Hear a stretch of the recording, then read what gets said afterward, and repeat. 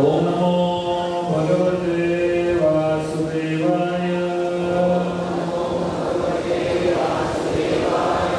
ओम ज्ञानतिमिरन्धस्य ज्ञानाञ्जनशलाकया चक्षुरुन्मिलितं येन तस्मै श्रीगुरवे नमः।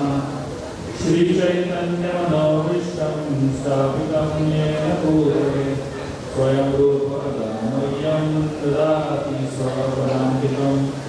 वन्देऽहं श्रीगुरुं श्रीयुतापदकमलं श्रीगुरुं वैष्णवांश्च श्रीरूपं साग्रजातं सहगणा रघुनाथान्वितं सजीवं साद्वैतं सावधूतं परिजनसहितं कृष्णचैतन्यदेवं श्रीराधा कृष्णपदा सहगणा ललिता श्रीशाखान्वितंश्च हे कृष्ण करुणा सिन्धु दीनबन्धो जगत्पते गोपेश गोपिकान्त राधाकान्त नमोऽस्तुते।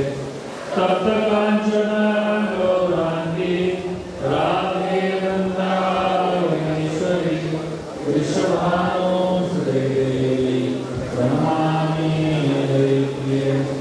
वञ्चकल्पतरुभ्यश्च कृपा सिन्धुभ्येव च पतितानां पावनेभ्यो वैष्णवेभ्यो नमो नमः।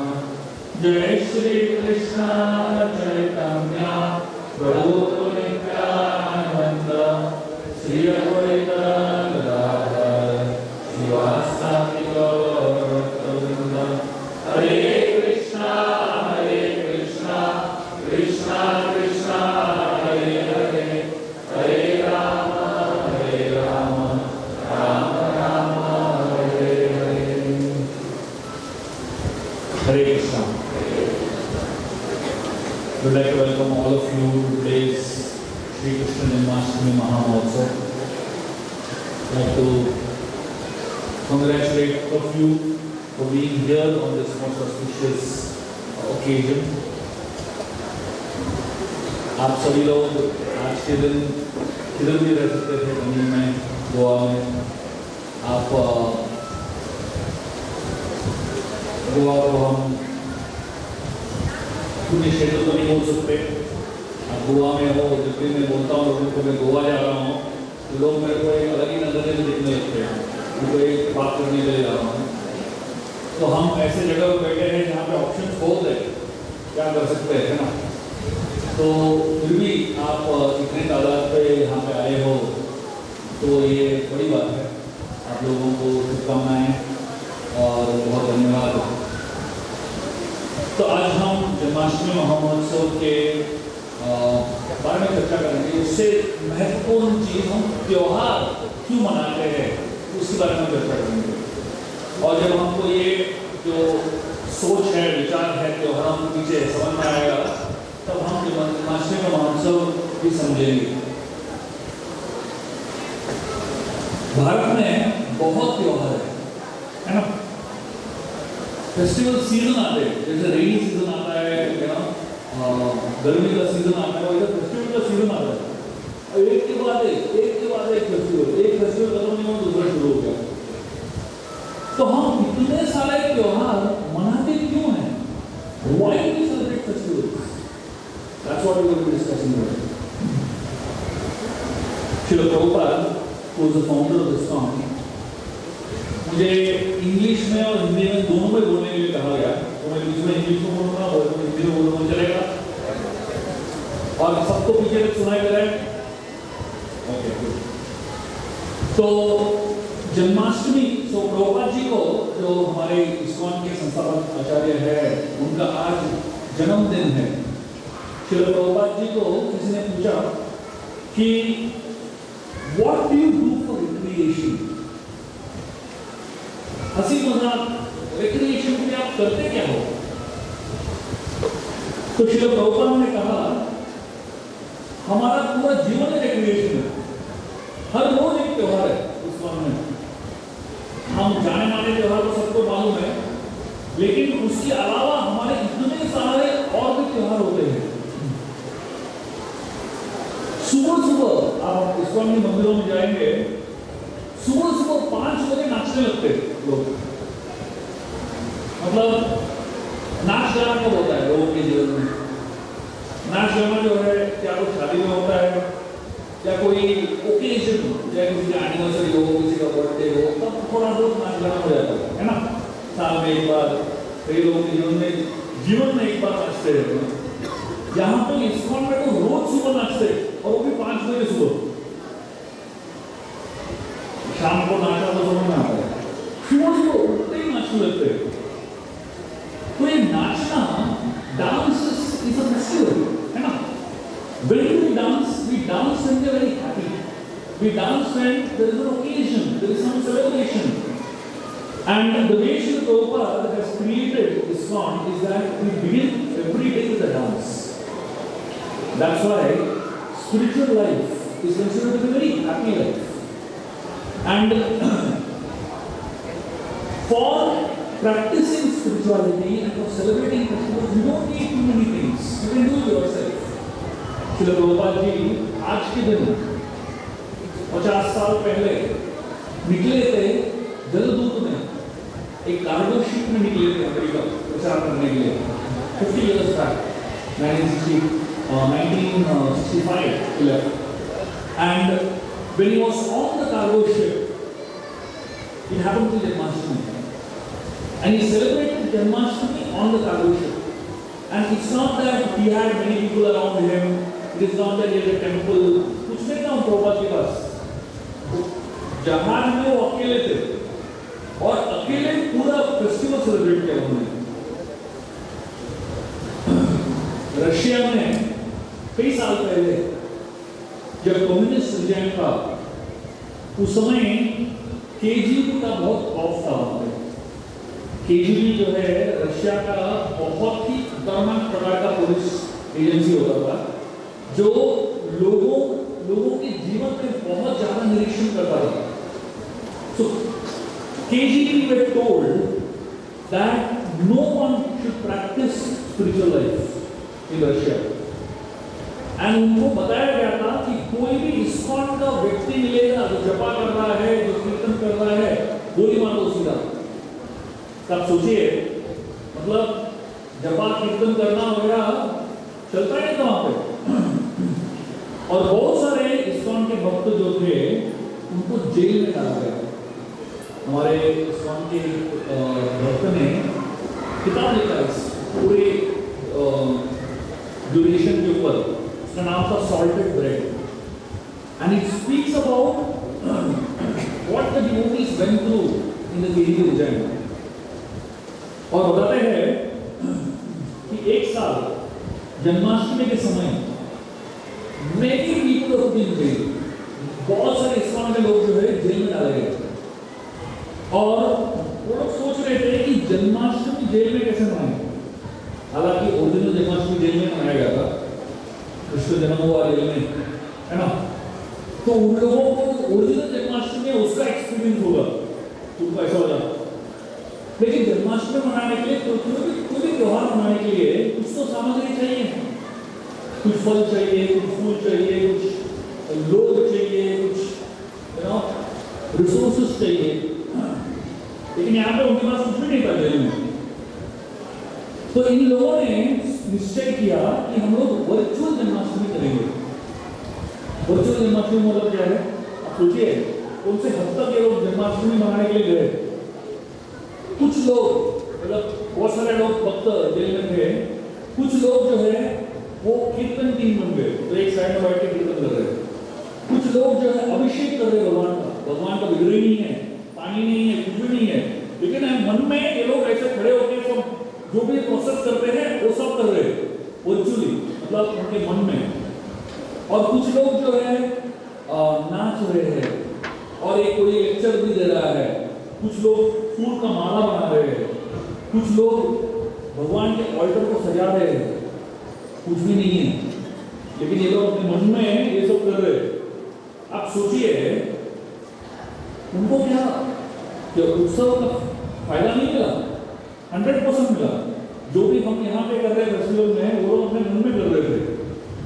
तो आप सोचिए कि का वातावरण कैसा रहेगा। तो जेलर जो था, जो देख रहा था ये सब करते हुए, वो पूरा बौखला गया, totally bewildered jailer was. Jailer was thinking, ideally, anybody who comes to the prison should be miserable, है ना? prison में जो आदमी आता है, वो बहुत डरा हुआ रहता है, बहुत दुखी रहता है, बहुत sad रहता है. But here, everybody is happy. They are dancing, they are singing, they are so happy. तो jailer जो सोच रहा था कि they are in jail and they are happy, I am guarding them and I am miserable. तो इस प्रकार के वातावरण वहाँ पे था. तो जब हम त्योहार मनाते हैं, तो त्योहार क्यों मनाते हैं वो जानना चाहिए, वो जानना बहुत महत्वपूर्ण है. Let us start with the word उत्सव. Festival in Sanskrit, Hindi means उत्सव. What is the meaning of the word उत्सव? The word उत्सव comes from two words, ut and sav. The word ut comes from the word ubharna. Ut means to rise, to wake up, to upgrade basically. जैसे कोई सोया हुआ व्यक्ति है, उसको जगाते हैं हम लोग, है ना? वैसे ही उत्सव जो है हमें जगाता है. उत्सव जो अगर कोई व्यक्ति नीचे गिरा हुआ है, वो गिरा हुआ व्यक्ति जो है वापस खड़ा हो जाता है ना. तो वैसे ही उत्सव क्या करता है, हम सब लोग जो है सोए हुए अवस्था में होते हैं. सोए हुए अवस्था मतलब क्या? आध्यात्मिक स्तर पे सो रहे हैं. Spiritually we are asleep across the year. And festival comes, we wake up suddenly. Ideally, we should be awake all year round. But at least in festivals, we get a chance to wake up. तो जब भी हम एक त्योहार में आते हैं, जैसे जन्माष्टमी त्योहार में आते हैं, तो हम उड़ जाते हैं. एक जोश, एक इंस्पिरेशन जैसा आता है. When you come to a festival like Janmashtami, you hear kirtans, you hear pravachan, you see dramas, you participate in abhishek, you have prasad, and then suddenly you feel very inspired. हमको लगता है चलो हम कुछ करते हैं भक्ति में. Let's practice spiritual life. Let's start chanting. And that inspiration continues for some duration of time. And then वापस पूरा नीचे चला जाता है. Then again one more उत्सव comes. राधाष्टमी आ जाता है, गणेश चतुर्थी आता है, उसके बाद दिवाली आएगा, उसके बाद गोवर्धन पूजा आएगा. ये उत्सव आता रहेगा. क्यों? जो सोए हुए लोग हैं उनको जगाना है. That is the meaning of the word उत्सव. So when we come to a उत्सव, it helps us lift from the kalmash of Kaliyuga. कलयुग जो है इसमें बहुत सारे कलमश है. श्रीमद् भागवत में बताया जाता है ये कलयुग को एक स्पेशल प्रकार के सागर के साथ तुलना की जाती है. This age of Kali is compared to a very special ocean, a special sea. And what is the sea in which this Kali is compared to? It is called as Shoka Ashru Sagara. Shoka Ashru Sagara means what? Shoka means lamentation. Ashru means tears. And Sagara means ocean. आपने अश्रु बहाए ना, सबने अश्रु बहाया होगा, है ना? कभी ना कभी अश्रु बहाया होगा. बहुत ही जगत में है तो अश्रु बहाना ही पड़ता है. ये इस जगत का नीति है. This is the way the world is. We all have shed tears, but how much tears can we shed? One tablespoon, one cup, depending on the occasion, है ना? बहुत बड़ा प्रॉब्लम है तो कोई कटोरी भर के हम रोक लेते हैं, है ना? लेकिन शोक अश्रु सागर मतलब एक समुद्र पर अश्रु. आपने इमेजिन किया है? मतलब बताया जाता है कलयुग के सारे जो बद्धजीव है, जितने सारे लोग हैं कलयुग में, हम सबके टीयर्स को इकट्ठा करेंगे तो एक सागर बन जाएगा. इतना पेन है इस दुनिया में, बराबर है. सबको कोई ना कोई पेन तो है ही. Everybody is troubled by something, isn't it? Somebody is troubled by a boss, somebody is troubled by a wife, somebody is troubled by a husband, somebody is troubled by a mother-in-law, somebody is troubled by some neighbor, somebody is troubled by government, GST. So many troubles are there in this world, isn't it? And then once in a while there is a demonetization happening, and then in the middle coronavirus comes. क्या problem की कमी है कि दुनिया में? ये तो चलता रहता है, निरंतर प्रॉब्लम्स है, ये कलयुग का लक्षण है। और क्योंकि इतने सारे समस्याएं आते हैं, so many problems come, and all the problems give us so much pain, we are constantly crying.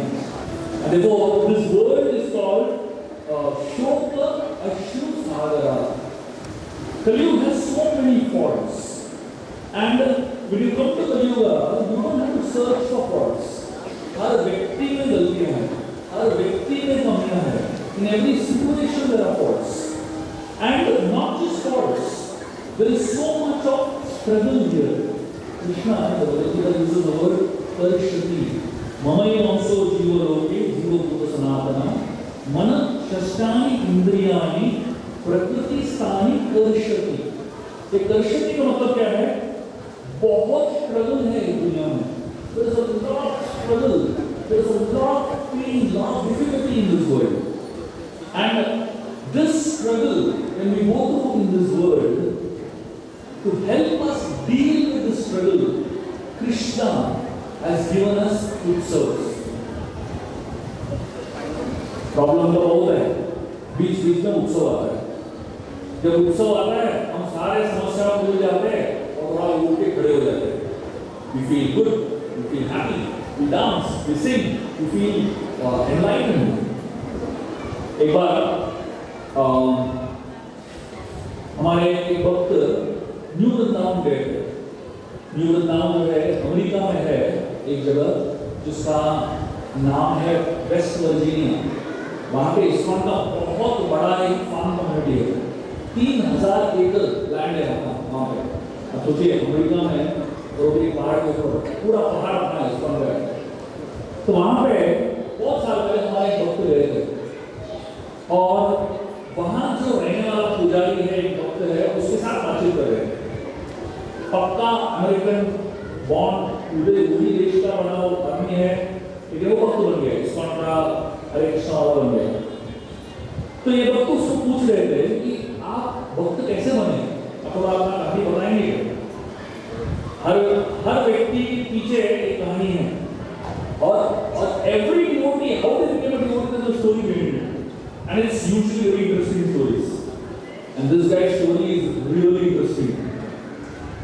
So this fellow said, before I came to ISKCON, I was a contract killer. क्या business था उसका? लोगों को मारना. Contract killer. तो ये प्रभु जी डर गए. बोले यार बाजू में कौन बैठा समझ में नहीं आया. कॉन्ट्रैक्ट किलर बैठा. बोले one time I took a contract to kill one fellow, and I was following the target, and I was waiting in the car for that my target to approach so that I can kill him. But while I was waiting in the car, I saw one book distributor. ISKCON का हरे कृष्णा वाला books वितरण कर रहा था. अभी book distributor की क्या खतरा होता है देखो. यहाँ पे बाजू में कॉन्ट्रैक्ट तो बैठा है, उसको जाके बुक दिखा रहे. बुक लेंगे क्या? उसको मालूम नहीं है कौन है. तो ये बुक डिस्ट्रीब्यूटर को इस आदमी ने देखा तो बहुत अमेज्ड हो गया, क्योंकि that devotee who was distributing books, he was smiling so nicely, इतना खुश था. So he called him. मतलब उसको देख के वो थोड़ा सा एक अजीब सा intriguing feeling आया. He called him. He asked him only one question. This contract killer asked his devotee one question. He asked him, "Why are you so happy?"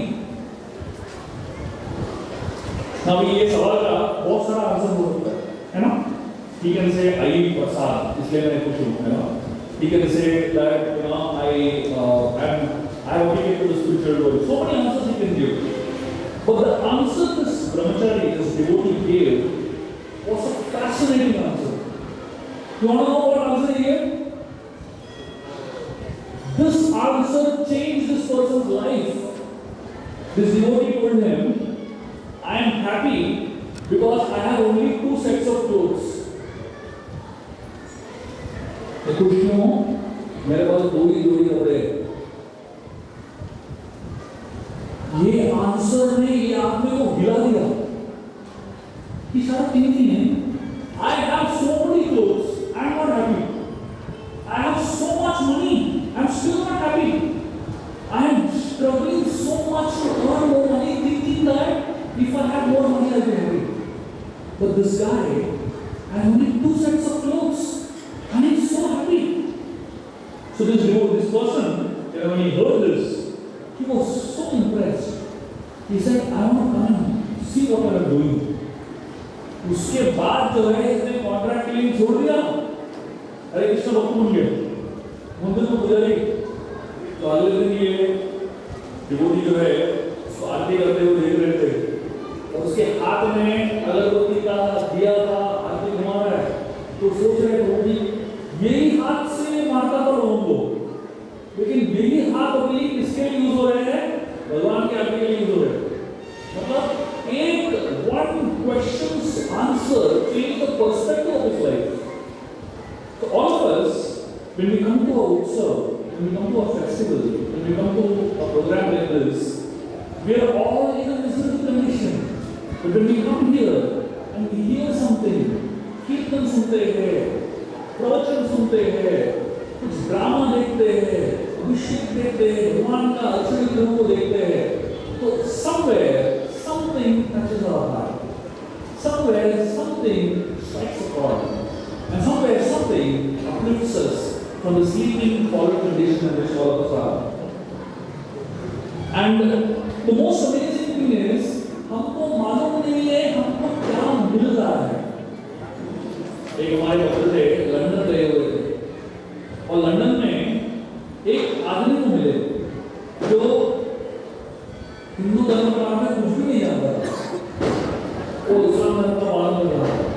उसको कुछ भी मतलब उसने कृष्ण का नाम कभी सुना ही नहीं और जो उत्सव होते हैं हमारे अलग अलग प्रकार के उत्सव उसके बारे में कुछ भी सुना नहीं। डॉक्टर था, बहुत बड़ा डॉक्टर था वहाँ पे और ये आदमी वहाँ पे किसी भक्त के घर पे उसको बुलाया गया था तो बातचीत करने के लिए और वो भी स्पिरिचुअल बातचीत करने के लिए नहीं, कोई मेडिकल बातचीत करने के लिए बुलाया गया। इसका नाम था शकील हुसैन, एकदम पक्का मुसलमान आदमी था। तो बातचीत करते करते इसको पता चला कि उस दिन जिस दिन वो आया था उनके घर, उस दिन जो था त्योहार था, कार्तिक का महीना चल रहा था और शाम का समय था। तो इन भक्तों ने उसको कहा we are going to Damodarashtakam, festival मना रहे हैं, क्या आप भाग लेना चाहेंगे उसमें? तो ये है नो आइडिया। इसे ठीक है, क्या प्रॉब्लम है, बैठ जाता हूँ। उसने दामोदराष्टकम सुना, भजन सुना और दिया अर्पण किया भगवान को और वहां पे उस भक्त के घर पे रास लीला का बहुत सुंदर चित्र बना हुआ, बहुत ही सुंदर चित्र। ये आदमी ने ये सब देखा, देखने के बाद बोलने लगा there is so much life in this house, in this painting there is so much life. And he says that this man he has never experienced festival in his life.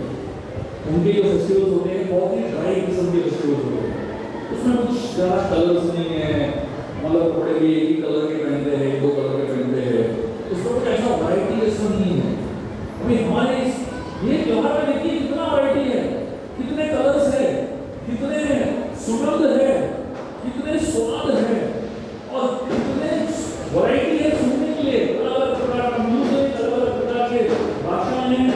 तो this man was pleased, and after spending a few hours over there, जब भजन कीर्तन होने लगा, एक उठ के नाचने लगा, उसको किसी ने बताया नहीं नाचो, बस उठ के नाचने लगा।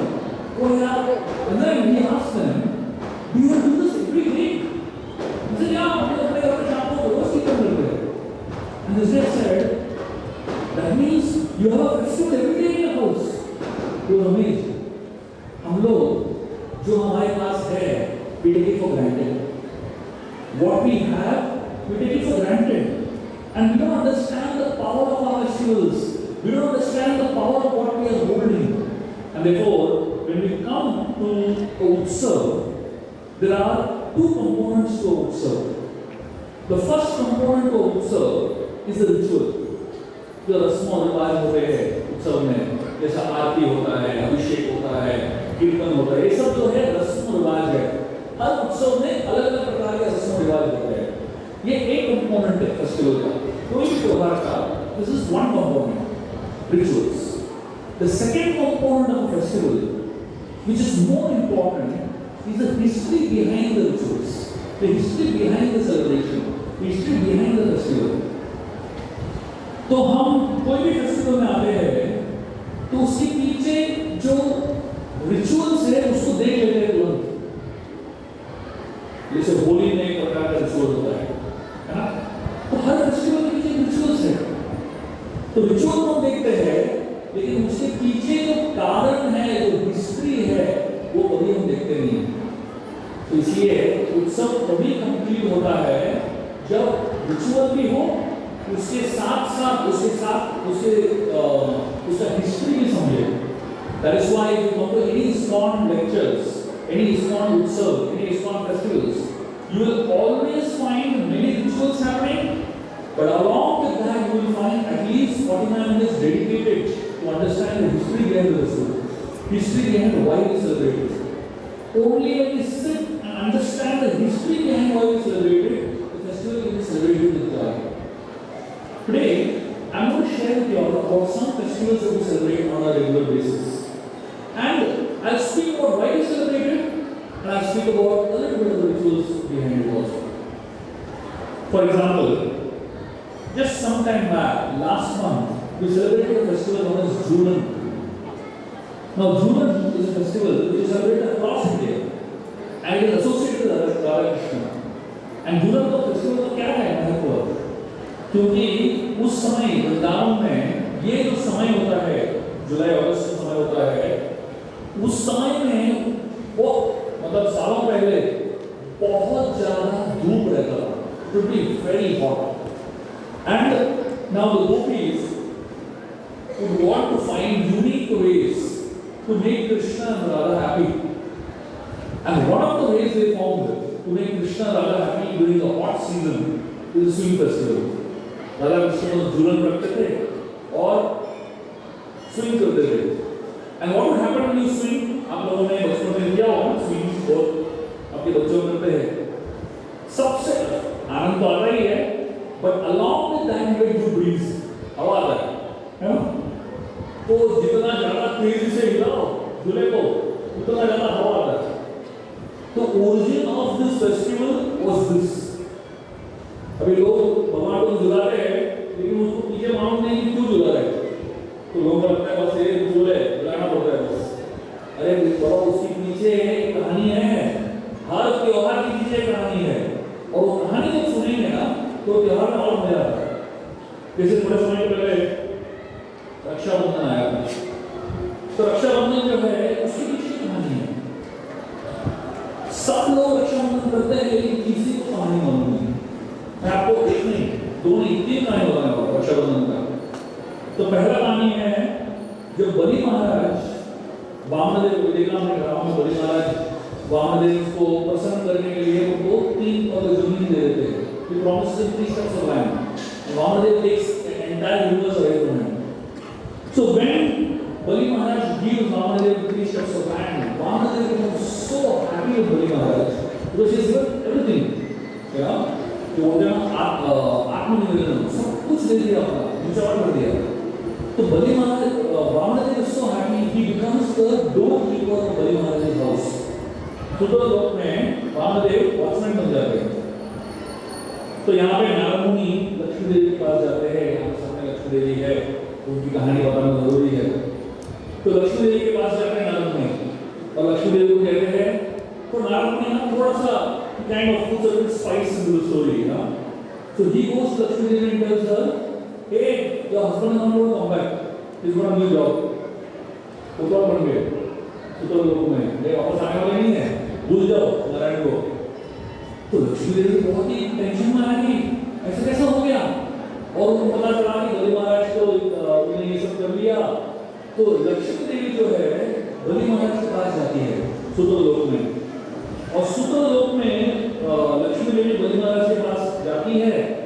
और बलि महाराज के हाथ में राखी बांध दी है। एंड जब लक्ष्मी देवी बलि के हाथ में राखी बांधती है, बलि महाराज इतने खुश हो जाते हैं लक्ष्मी देवी से कि उन्होंने उनको अपना भाई मान लिया, इतने खुश हो जाते हैं। लक्ष्मी देवी पूछते हैं आप कुछ भी मांग लो मुझसे। लक्ष्मी देवी कहते हैं मुझे मेरा पति वापस दे दो। मांगा तो क्या मांगा, और कुछ भी दे वापस। तो ये है एक कहानी रक्षाबंधन की। तो आज की तारीख में उसको, इस कहानी को हमने क्या एकदम ट्विस्ट करके तोड़ के क्या बना दिया रक्षाबंधन के त्योहार को। मतलब भाई जो है राखी बांधता है, तो बहन राखी बांधती है और बाद में भाई से पैसा मांगती है। तो मतलब उसके पीछे जो रिचुअल है, उसकी पीछे जो कहानी है, वो अलग ही तरह की कहानी है, बहुत ही इमोशनल कहानी है। एक और कहानी है, जब गणेश जी अपने बहन गौरी देवी से उनके हाथ में राखी बंधवा रहे थे, तो गणेश जी के दो पुत्र है शुभ और लाभ, ये दोनों देखने लगे और ये जो त्योहार उनको इतना अच्छा लगा, उनको ये त्योहार इतना अच्छा लगा, उनको लगा मुझे हमें भी त्योहार चाहिए, लेकिन उनके पास बहन नहीं है। तो अपने पिताजी गणेश जी से बोलने लगे हमें एक बहन चाहिए, हमें एक बहन चाहिए, हमें एक बहन चाहिए। तो गणेश जी इतने महान है, उन्होंने अपनी सिद्धि से एक बहुत ही सुंदर बहन को उत्पन्न कर लिया इनके लिए, उनका नाम है संतोषी माँ। तो उसके बाद संतोषी माँ जो है शुभ लाभ को राखी बांधती है। एक और कहानी है राखी के पीछे, रक्षाबंधन के पीछे। और सबसे महत्वपूर्ण और सबसे अनोखा कहानी है कृष्ण और द्रौपदी का। एक बार कृष्ण हस्तिनापुर में थे और वो काइट चला रहे थे, flying a kite, and somehow during the flying of the kite his finger got cut, थोड़ा सा कट गया, खून बहने लगा। तो द्रौपदी ने तुरंत अपना जो साड़ी है, अभी कोई औरत कीमती साड़ी से फाड़ने के लिए 10,000 बार सोचेगी, है ना, स्पेशली उसका फेवरेट साड़ी हो तो। यहाँ पे द्रौपदी ने एक क्षण भी सोचा नहीं, सीधा फाड़ दिया और कृष्ण के हाथ में बांध दिया। तो कृष्ण इतने प्रभावित हो गए कि द्रौपदी ने कहा आपने मुझे ये धागा बांधा, मैं आपकी रक्षा करूंगा। तो बताया जा रहा है कि वो जो साड़ी है द्रौपदी को हजारों किलो में मिला वापस। एक साड़ी पड़ गया लेकिन वापस मिला कितने हजारों किलो का साड़ी, है ना। भगवान ने साड़ी का रूप ले लिया। हम अलग अलग अवतार के बारे में बात करें, दश अवतार के बारे में बात करें, ये तो अलग ही प्रकार का होता है। भगवान साड़ी के रूप में आते हैं अपने भक्तों के लिए। तो इस तरीके से अलग अलग त्योहार के पीछे जो कहानी है, जो हिस्ट्री है, जब हम त्योहार के रिचुअल के साथ when we understand the history behind the festival, it feels more happy, it feels more pleasing. Balaram Jayanti, which is few days back we celebrated Balaram Jayanti. Now Balaram Jayanti is the festival where Lord Balaram was born. Balaram, the word Balaram comes from the word Bala. Bala means strength. So the kind of seva that Balaram does is amazing. Krishna के लिए बलराम कितने अलग अलग प्रकार की सेवाएं करते हैं। Srila Prabhupada used to say that without Bala we can't achieve anything in life. आपको आध्यात्मिक जीवन में आगे बढ़ना है तो उसके लिए बल लगेगा, शक्ति लगेगी, और वो शक्ति जो है बलराम से आती है। आध्यात्मिक जीवन को प्रैक्टिस करने के लिए, practice Krishna consciousness, to experience true pleasure in this world. By practicing Krishna consciousness, you need Bala. You need the Bala, strength of Balaramji. And not only to practice spiritual life, you need Bala. Not only to experience true pleasure, you need Bala. But to say no to the false pleasure of this world, you need more Bala. But this world is giving us a lot of false pleasures. दुनिया जो है हमको बहुत सारी चीजें देता है जो टेम्पटेशंस है, और उन टेम्पटेशंस को ना बोलना उसके लिए शक्ति होती है। जैसे आज के तारीख में जन्माष्टमी फेस्टिवल हो रहा है यहाँ पे, लेकिन यही तारीख इसी दिन में किधर और कोई और कुछ और चल रहा होगा, है ना। कोई मूवी आ रहा है, आज का फ्राइडे नया मूवी पर क्या आता है, वो मूवी को ना बोलते यहाँ पे आना उसके लिए शक्ति लगता ही नहीं, requires a lot of strength, isn't it? Every time you say no to some temptation and say yes to something spiritual, it requires some strength, and that strength comes from Balaram. Shri Prabhupada ji एक बार San Francisco में थे, और San Francisco में एक बड़ा रथ यात्रा चल रहा था। ये इस्कॉन का दूसरा रथ यात्रा था। In the history of ISKCON, this is the second Rath Yatra festival in San Francisco. And Srila Prabhupada was talking to the hippies of San Francisco. आप लोग हिप्पी वर्ड आप जानते हो नहीं जानते हो पता नहीं, मुझे मैं आपको थोड़ा डिस्क्राइब करता हूँ। एक 1960s और 70s में अमेरिका में एक हिप्पी कल्चर था। वहाँ के नवयुवक जो 30 साल के नीचे की उम्र के थे, सब के सब लोग जो है सोसाइटी से विरुद्ध हो गए थे। They were just completely against normal society culture. They started leaving their homes, they started leaving their jobs, they started leaving their families, and started living like nomads. Many of them were not very close also. मतलब पूरे हटके, hippie मतलब something strange. तो Prabhupada definition of hippie. So Prabhupada was giving a lecture to hundreds of hippies. तो वहाँ पे crowd में congregation नहीं था, क्राउड में सब हिप्पी लोग थे, और कोई कपड़ा पहना हुआ है, कोई कपड़ा पहना नहीं है, कोई ड्रग्स में है, तो मतलब ऐसे ही लोग थे सब जो ओरिजिनल इस्कॉन के भक्त बने। तो जब प्रभुपाद उन लोगों से बात कर रहे थे, when he was talking to those people, he looked at them and he said, I want to congratulate all of you. तो ये लोग बहुत भगवान है, क्योंकि सारे जो बुजुर्ग लोग हैं उनको गाली दे रहे। The whole country is giving them bad words, and Prabhupada is saying, I want to congratulate all of you for becoming hippies. तो ये लोग को समझ में आया, why is Prabhupada congratulating us for becoming hippies? And then Prabhupada gave a very interesting answer. He said, because in one sense, all of you have realized the goal of human life.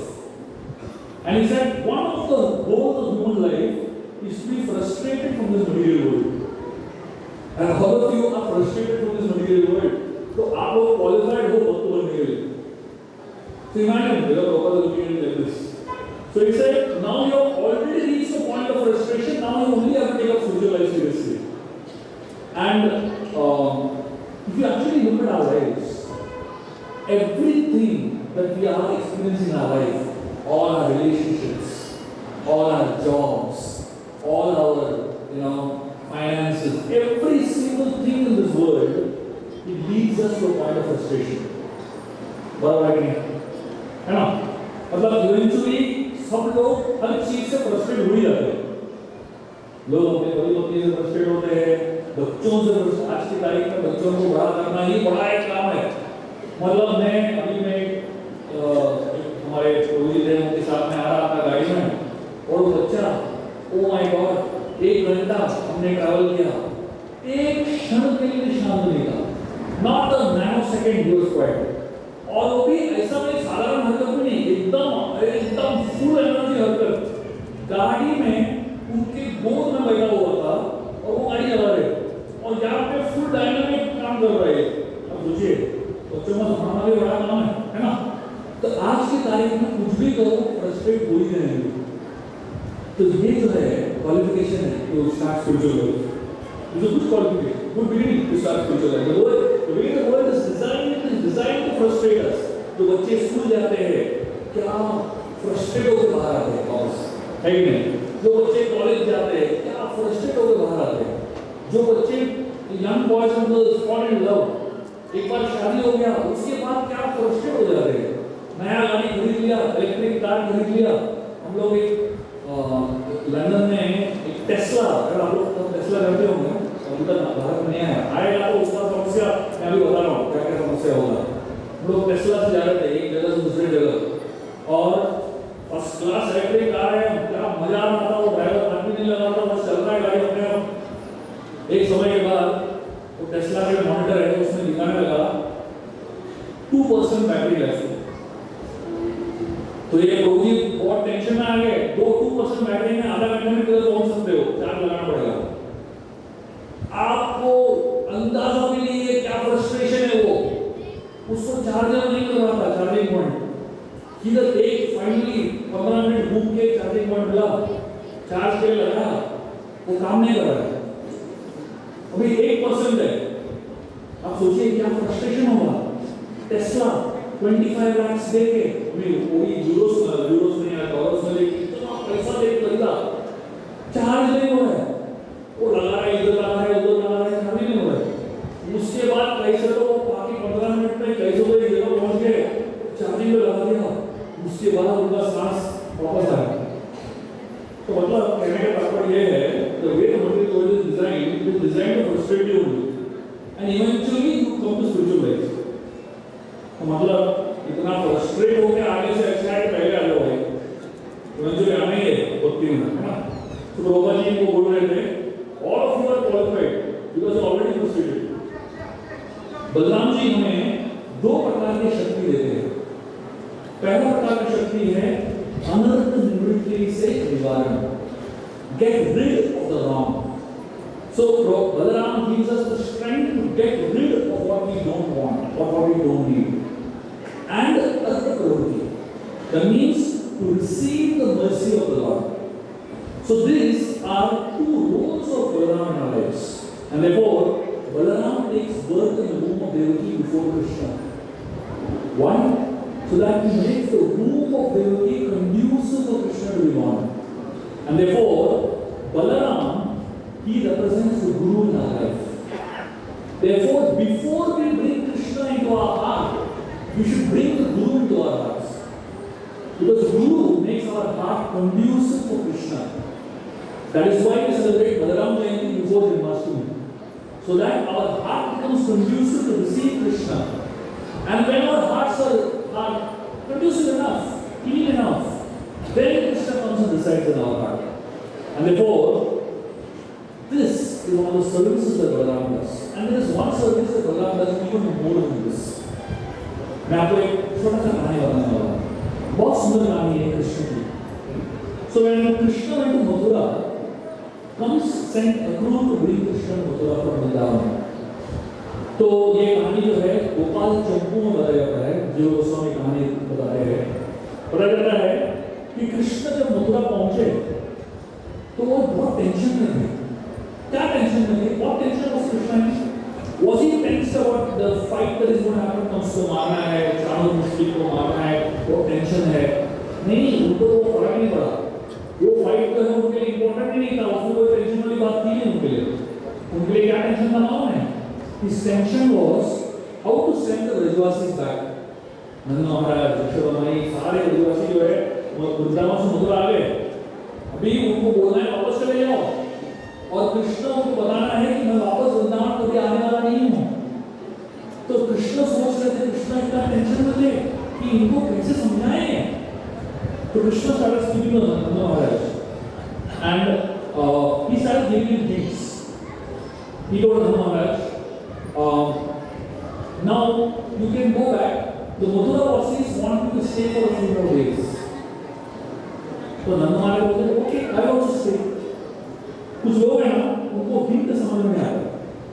जैसे कोई आदमी आपके घर पे आ गया, मेहमान आपके घर पे आ गया, और बहुत दिन तक आपके घर में पड़ा है, जा नहीं रहा है, तो आप उसको अलग-अलग प्रकार से हिंट दे रहे हो ना, निकल जाओ भाई, तो आप सीधा नहीं हो सकते, तो हिंट अलग-अलग प्रकार से देते हैं।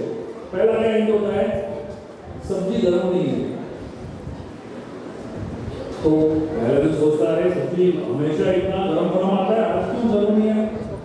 तो उसके बाद रोटी में घी डालना बंद कर देते हैं। तो उसके बाद सोचता है आज रोटी में घी क्यों नहीं है? तो उसके बाद एक दिन के बाद ना रोटी पहले दिन में रोटी देते हैं। तो धीरे धीरे ऐसा उनको बताते हैं कि भाई निकल जाओ, और कुछ लोग बिल्कुल समझते नहीं है तो उनको बोलना पड़ता है अरे बाबा निकलो। तो यहाँ पे नंद महाराज को कृष्ण बहुत अलग अलग प्रकार के हिंट्स दे रहे हैं।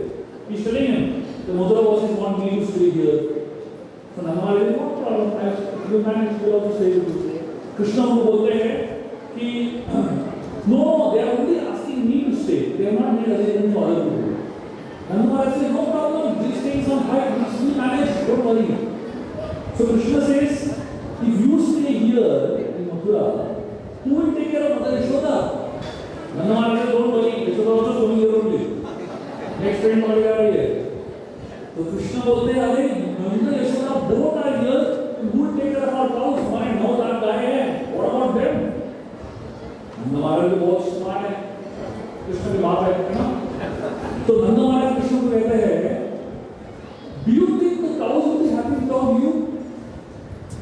What do you mean we both will take care of the cows? Without you, which cows will be happy? So Krishna says, don't worry. There is one boy, his name is Shubha. Shubha looks exactly like me.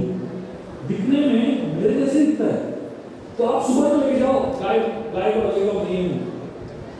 तो नंद महाराज कहते हैं अरे सुबह दिखने में तो आप जैसे दिखता है, गाय सिर्फ देखते नहीं सूंघते भी जानवर है, तो सुबह जो आपके जैसा सूंघता नहीं है, इसका रिजल्ट सेम स्मेलर्स भी। तो कृष्ण कहते हैं ठीक है, I'll give Shubha my clothes. If Shubha wears my clothes, मेरा परफ्यूम भी रहेगा उसमें, मेरा गंध भी रहेगा, तो Shubha will smell like me. नंद महाराज बोलते हैं, the cows, they may smell Shubha smells like you, but how will Shubha imitate your voice? Cows they go for grazing, चरने के लिए जाते हैं, लेकिन वापस आने के लिए कृष्ण का आवाज करता है। कृष्ण अपने मधुर आवाज से बुलाते हैं, तभी गाय वापस आते हैं, नहीं तो कोई गाय वापस भी नहीं आता। तो कृष्ण इतना सुनने के बाद कृष्ण के पास कोई लॉजिक रह नहीं है, तो कृष्ण जो है अंदर चले जाते हैं और खूब फिर के रोने लगते हैं, क्योंकि उनको भी समझ में आता कैसे बोले उनको जाओ। देवकी कृष्ण के लिए मथुरा में कृष्ण देवकी कृष्ण के लिए 56 भोग बनाती थी, और जब 56 भोग बनाती थी कृष्ण 56 भोग में ढूंढते थे कि उसके अंदर इधर ब्रज रोटी है क्या, क्योंकि कृष्ण के लिए ये सारा 56 भोग से कोई मतलब नहीं था, वो ब्रज का रोटी सूखा रोटी है ना, उसमें ही कृष्ण का आनंद आता था। तो उस पूरे 56 भोग में ब्रज रोटी ढूंढ रहे, तो देवकी और वसुदेव को समझ में आता है कि ये बहुत ही ज्यादा विरल में है। तो लोग क्या करते हैं, वसुदेव सोचने लगते हैं कि चलो मैं कृष्ण को वापस वृंदावन लेके जाता हूँ, पहले नहीं लेके जाता वृंदावन, फिर मैं वापस उसको लेके जाता हूँ। सारे मथुरावासी बोलते हैं नहीं, कृष्ण को आप वापस नहीं लेके जा सकते, अभी यहाँ के हैं, यहीं के रहेंगे। तो उससे समझ में आ रहा कि कैसे कृष्ण की विरल को, दर्द को, पीड़ा को मदद करें। तो वसुदेव ने क्या किया, वृंदावन से रोहिणी को बुलाया, और वृंदावन से रोहिणी आ रही थी, यशोदा माई रोहिणी के साथ अलग अलग प्रकार के व्यंजन जो कृष्ण का सबसे फेवरेट व्यंजन है सब पैक करके भेज दिए वृंदावन से मथुरा। और जब कृष्ण ये सारे व्यंजन को खाते हैं तो और भी दुखी हो जाते हैं, वृंदावन और मिस करने लगते हैं। जब कृष्ण ऐसे सिचुएशन में रहते हैं, बहुत ही दुखी, बहुत ही पीड़ित, एक ही व्यक्ति उनको मदद कर सकता है, वो कौन है, बलराम। बलराम एक ही व्यक्ति है जो ऐसी स्थिति में कृष्ण को मदद कर सकता है। और सिर्फ इतना ही, बलराम सिर्फ कृष्ण को मदद नहीं करते अपने विरह से डील करने के लिए, but he also helps the Brajvasis deal with their separation of Krishna. Krishna तो वृंदावन से मथुरा चले गए, मथुरा से वापस कभी वृंदावन नहीं गए, but Balaram kept going to Vrindavan and talking to the Brajvasis, consoling them, counseling them, helping them, inspiring them, giving them hope.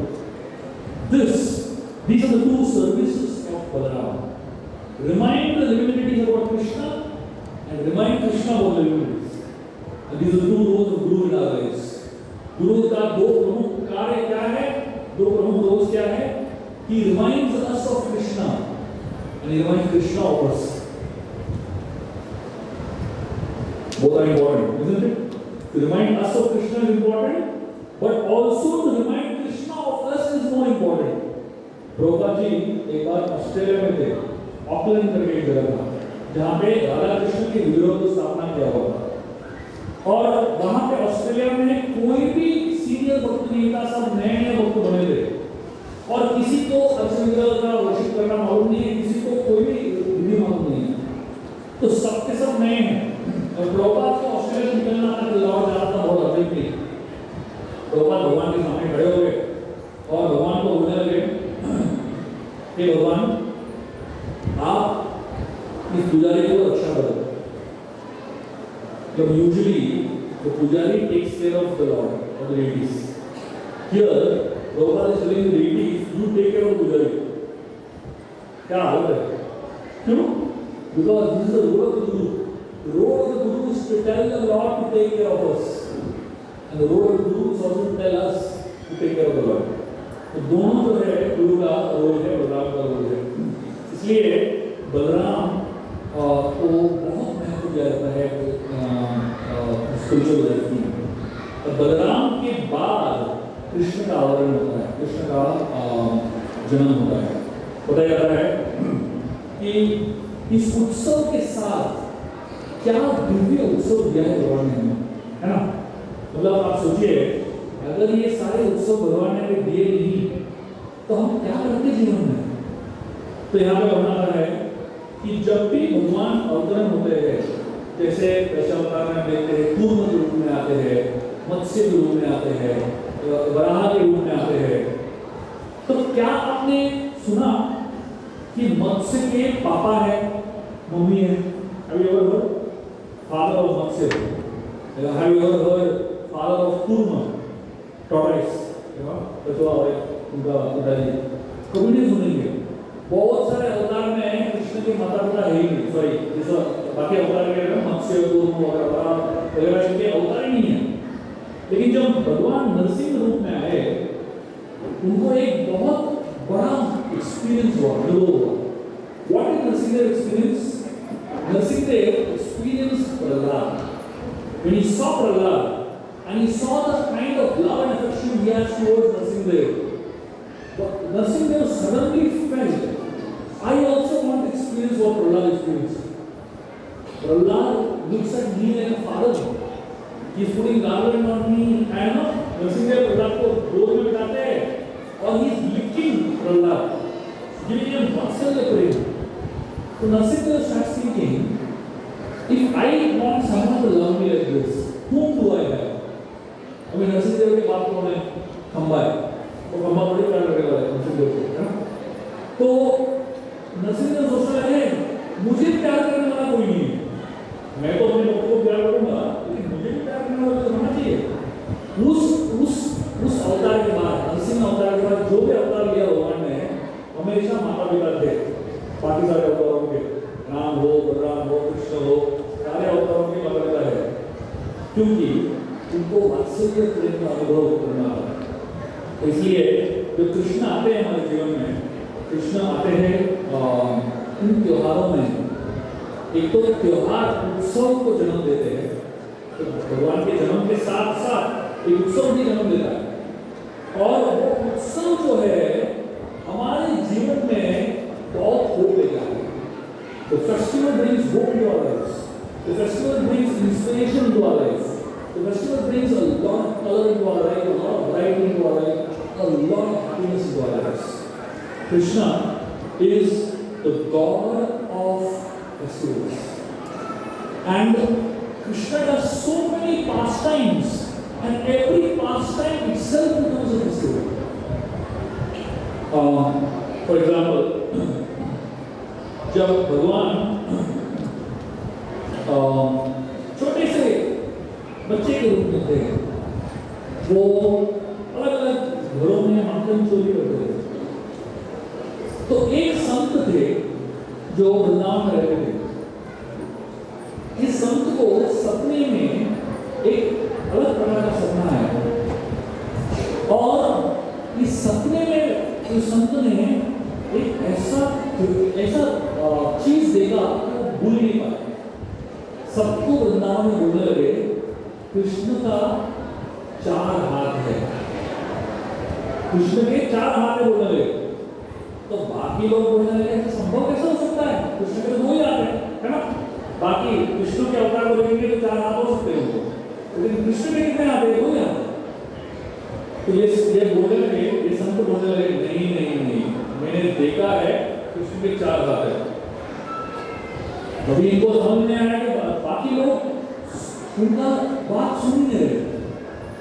अंत में इस संत ने अपना जो उनके हृदय में जो क्या बोलते हैं लीला, जो अनुभव उन्होंने किया, वो बच्चों को। क्या बताया उन्होंने? उन्होंने देखा कि कृष्ण किसी के घर पे मक्खन चोरी कर रहे थे, मक्खन चुरा रहे थे, और भगवान कृष्ण के दोनों हाथ मक्खन से भरे हुए थे, और वो ऐसे जगह पे खड़े थे जहां पे मक्खन ऐसा हाथ में लेके बना हुआ था।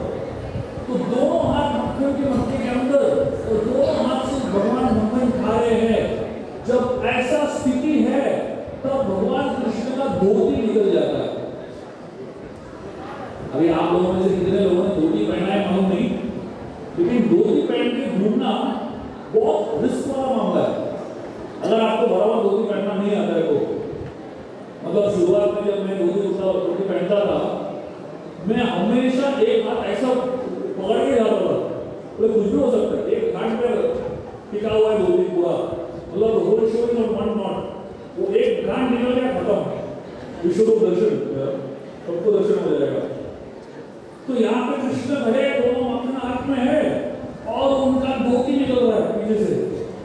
तो भगवान को समझ में आया क्या करे, तो इतने टेंशन में आ गए कि सडनली दूसरा दो हाथ निकल गया और धोती पकड़ लिया। तो दो हाथ से मक्खन पकड़ रहे और बाकी दो नया हाथ जो निकला उससे धोती पकड़ लिया। अरे हमारे पास वो ऑप्शन नहीं है, तो लेकिन कृष्ण के पास ऐसा ऑप्शन थे।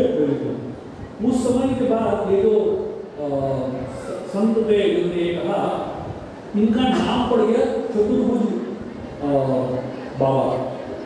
सारे नाम में लोग चतुर्भुज बाबा करने लगे, क्योंकि इन्होंने ही कृष्ण चतुर्भुज को देख लिया।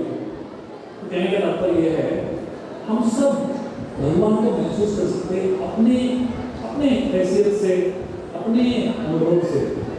और the interesting thing is every single person Krishna respected differently. Krishna का एक स्टैंडर्ड फॉर्मेट नहीं है रिस्पेक्टेशन का। हर व्यक्ति के साथ कृष्ण अलग ही प्रकार से रिस्पेक्ट कर सकते हैं, और हर व्यक्ति के साथ कृष्ण एक अलग ही संबंध, अलग ही लीला, अलग ही मधुरता लगा सकते हैं। इसलिए जब हम भगवान को और भगवान की लीलाओं को देखते हैं और भगवान की लीलाओं में मग्न होने की कोशिश करते हैं, तो हमें ये समझना चाहिए कि भगवान अपनी लीलाएं हमें क्यों दिखाते हैं, ताकि हम उसका एक उत्सव मनाएं। भगवान की हर लीला के ऊपर एक उत्सव बन जाता है, लेकिन उसके साथ साथ भगवान में ये सारे लीलाएं हमको दिखाते हैं हमारे मन को मोहित करने के लिए, हमारे मन को आकर्षित करने के लिए। हमारा मन जो है इधर उधर बहुत सारे अलग अलग वस्तुओं में भटका रहता है, इधर उधर की चीजों में लगा रहता है, लेकिन जब हम उत्सव में आते हैं, भगवान की लीलाएं सुनते हैं, भगवान की कहानी सुनते हैं, भगवान के बारे में सुनते हैं, तो हमें प्रेरणा मिलता है। चलो काफी सारी चीजें, Netflix, Amazon prime, Disney Hotstar, YouTube, Instagram, TikTok, ये सब को छोड़ दे और बस जो ओरिजिनल हमारा भारतीय संविधान है, भारतीय संस्कृति है, जो कहानियों की संस्कृति है, उसको वापस पुनः अपना लें। पुराने जमाने में माता पिता और खासकर दादा दादी, मामा मामी, ये सारे जो होते थे बच्चों को कहानियां सुनाते थे, और जब बच्चों को कहानियां सुनाते थे बच्चे इतने मग्न रहते थे इन कहानियों में। लेकिन अनफॉर्चुनेटली आज के तारीख में यूट्यूब और ये सब आने के बाद जो है कोई और ही कहानी सुनाता है ना अपने बच्चों को। और वो कहानी क्या सुना रहा है, कोई एक्सकेवेटर के बारे में सुना रहा है, कोई ये सुना रहा है, कोई वो सुना रहा है। तो बच्चों को ज्यादा हमारी संस्कृति से ज्यादा चाइनीज ग्रीक माइथोलॉजी मालूम है आज की तारीख में, लेकिन हमारी संस्कृति को सुनाने के लिए इन त्योहारों का इस्तेमाल कीजिए। हर त्योहार को एक अनुभव दीजिए अपने बच्चों को। हर त्योहार के दिन आप अपने बच्चों को नए नए कहानियां बताइए। बच्चों को नए नए कहानी बताने के लिए आपको तो सुनना पड़ेगा, आपको तो जानना पड़ेगा कहानी है कि नहीं। इसीलिए हम आप सभी के लिए इस्कॉन की तरफ से नॉट ओनली हम लोग फेस्टिवल्स प्रोवाइड करते हैं, but we also provide education on an ongoing basis. We are committed to educating Indians and people all over the world about our Sanatana Dharma, about our Sanskriti, not just in one-time basis. ऐसा नहीं कि हम लोग त्योहार के दिन उठ के आते हैं, हम तो अपने जीवन में साल भर रहेंगे, हर दिन रहेंगे। आप जितना हमें निमंत्रण देना चाहेंगे, जितना हमें स्वीकार करना चाहेंगे, हम आपके जीवन में रहेंगे। और हमारे पास इतने सारे कहानियां हैं, हमारे पास इतना सारा ज्ञान है आपको देने के लिए, बस आपके पास कोई क्षमता होनी चाहिए, थोड़ी इच्छा होनी चाहिए, थोड़ा समय होना चाहिए, और ज़्यादा भी समय की जरूरत नहीं है। हफ्ते में एक बार 1 घंटा तो दो हमको, बाकी आप 7 डेज 6 डेज बाकी कुछ भी कर सकते हो, लेकिन हफ्ते में एक बार 1 घंटा हमें दे दीजिए। हम आपको कन्विंस कर सकते हैं, हम आपको आश्वासन दे रहे हैं, हर हफ्ता 1 घंटा हमें देंगे तो हम आपको आश्वासन कर सकते हैं कि 1-2 साल में आपके पास इतना ज्ञान रहेगा, इतना भंडार रहेगा कहानियों की, इतना नॉलेज रहेगा कि आप अपने बच्चों को क्या हजारों बच्चों को सिखा सकते हो। तो आइए हम सब आप सभी को निमंत्रण देते हैं। इस बार का एक फाउंडेशनल कोर्स है, जर्नी ऑफ सेल्फ डिस्कवरी। ये जो कोर्स है ये हमारा सिद्धांत है, हमारा बेसिस है, प्रभु गीता का सार है। तो इसके लिए हम आपको निमंत्रण देते हैं। तो आप सभी लोग इस कोर्स में भाग लीजिए, प्रभु गीता सीखिए, भागवत सीखिए, इस ज्ञान को अर्जित कीजिए और अपने अगली पीढ़ी को ये पास ऑन कीजिए। नहीं तो ऐसा समय आएगा जब आप अपने बच्चों को पूछेंगे कि पांडव कितने थे, बच्चे बोलेंगे 100। ये दूर की बात नहीं है, अभी की बात है, ऐसा हो रहा है ऑलरेडी। कौरव पांडव अंतर मालूम नहीं होते बात के बारे में, है ना। तो आज मैं आप लोगों से विनती करता हूँ, आप कृपया इन उत्सवों को बहुत सीरियसली ले लीजिए, और सिर्फ उत्सवों को नहीं, आप अपने आध्यात्मिक जीवन को बहुत सीरियसली ले लीजिए। मैं आपको आश्वासन देता हूँ कि आप थोड़ा सा प्रयास करेंगे, आपके जीवन में बहुत फर्क पड़ेगा। जैसे मैंने कहा था, कलयुग जो है शोक अश्रु सागर है, इतना बड़ा समुद्र है अश्रु और शोक का। तो आइए इन उत्सवों में भाग लेके, इस्कॉन की संस्था, इस्कॉन की कीर्तन और सारे कार्यक्रमों में भाग लेके इस शोक अश्रु सागर को हम एक बहुत ही भव्य और दिव्य आनंद का सागर बनाए। बहुत बहुत धन्यवाद। हरे कृष्ण।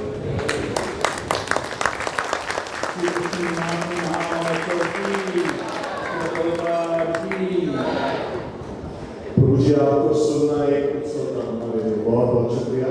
और इस उत्सव में हमारे तरफ से रिचुअल होना चाहिए जोरदार तालियां।